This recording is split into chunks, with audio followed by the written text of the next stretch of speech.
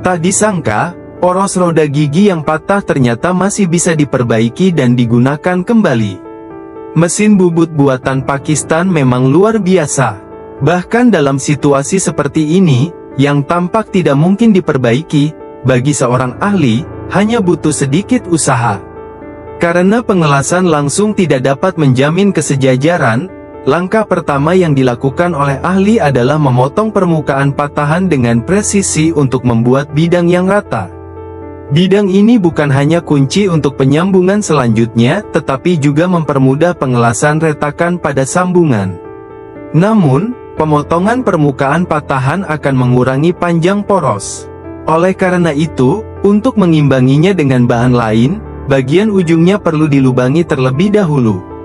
Lubang ini akan menjadi tempat penyambungan 3 bagian, yang menjadi solusi utama perbaikan ini. Setelah lubang dibuat dengan diameter setengah dari diameter luar poros, tampak jelas bahwa hanya dengan mengetuk menggunakan palu tidak cukup karena dapat terjadi penyimpangan. Maka, seluruh dinding dalam lubang perlu diproses menggunakan alat pemotong untuk membuat ulir. Penggunaan ulir ini memudahkan proses penyambungan dan mengembalikan kesejajaran poros seperti saat keluar dari pabrik. Pada tahap ini, bagian ujung roda gigi sudah sesuai dengan persyaratan penyambungan. Untuk poros penghubung yang lebih panjang, prosesnya hampir sama. Meskipun kedua bagian ini tidak langsung disambung, pendekatan ini tetap merupakan cara terbaik untuk menyambungkan dengan bahan tambahan lainnya. Setelah lubang untuk menjaga kesejajaran selesai diproses, ahli menggunakan baja bundar berkekuatan tinggi sebagai media penghubung antara poros dan ujung roda gigi. Baja bundar ini tidak hanya memulihkan bagian yang terpotong tetapi juga memastikan kedua ujungnya masuk sempurna ke dalam lubang masing-masing. Ini menjelaskan mengapa baja bundar perlu memiliki panjang tertentu. Kepala baja bundar diproses menjadi silinder kecil, kemudian diberi ulir luar dengan lebar yang sama seperti ulir dalam di lubang. Proses ini memungkinkan kedua bagian terhubung erat.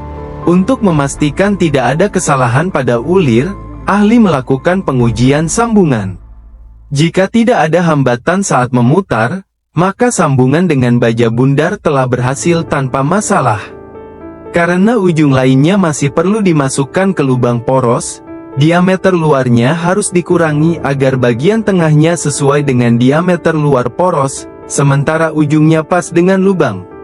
Hal ini mencegah terjadinya penyimpangan poros. Karena sambungan dengan poros tidak diperkuat dengan ulir, cara penyambungan kedua ujung diubah agar lebih sesuai dengan proses pemukulan. Selama data kedua bagian akurat, kesejajaran dapat terjaga. Selanjutnya, bagian ulir pada ujung poros dapat dikencangkan dengan roda gigi. Untuk mengembalikan panjang asli poros, ahli menggunakan kertas pengganjal untuk melakukan penyesuaian dengan memutar bagian tersebut berulang-ulang. Aliran sambungan yang perlu dilas penuh memerlukan keterampilan pengelasan agar ketiganya dapat sepenuhnya menyatu menjadi satu kesatuan. Bekas las juga harus mampu menutupi retakan secara keseluruhan. Untuk permukaan bekas las yang menonjol, pengrajin harus menyesuaikannya dengan diameter luar di sekitarnya, sehingga menghasilkan data yang konsisten dan memastikan poros roda gigi dapat digunakan secara normal. Setelah melalui proses pemolesan dengan mesin gerindra oleh pengrajin, permukaannya tidak akan menunjukkan bekas apapun. Meskipun proses penyambungan lubang semacam ini terlihat sangat sederhana, setiap langkahnya memiliki tingkat kesulitan tersendiri.